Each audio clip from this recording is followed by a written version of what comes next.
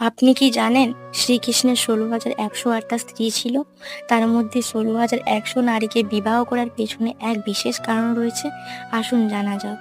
একবার নরকাসুর নামে এক অসুর স্বর্গ এবং মর্ত নিজেদের দখলে করে।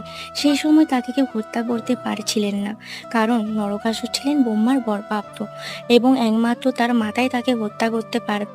তার মাতা ছিলেন স্বয়ং ভূদেব। সেই কারণে নরকাসুর স্বর্গ এবং মর্তে ১৬,১০০ নারীকে বন্দি করে।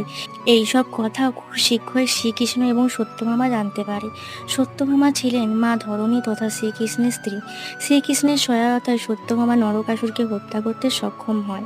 এরপর শ্রীকৃষ্ণ ১৬,১০০ নারীকে নরকাসুরের বন্দি থেকে মুক্ত করে। যেহেতু এক অসুর তাদের বন্দি করেছিল, তাই সেসব নারী নিজেদেরকে কলুষিত ভাবতে থাকে।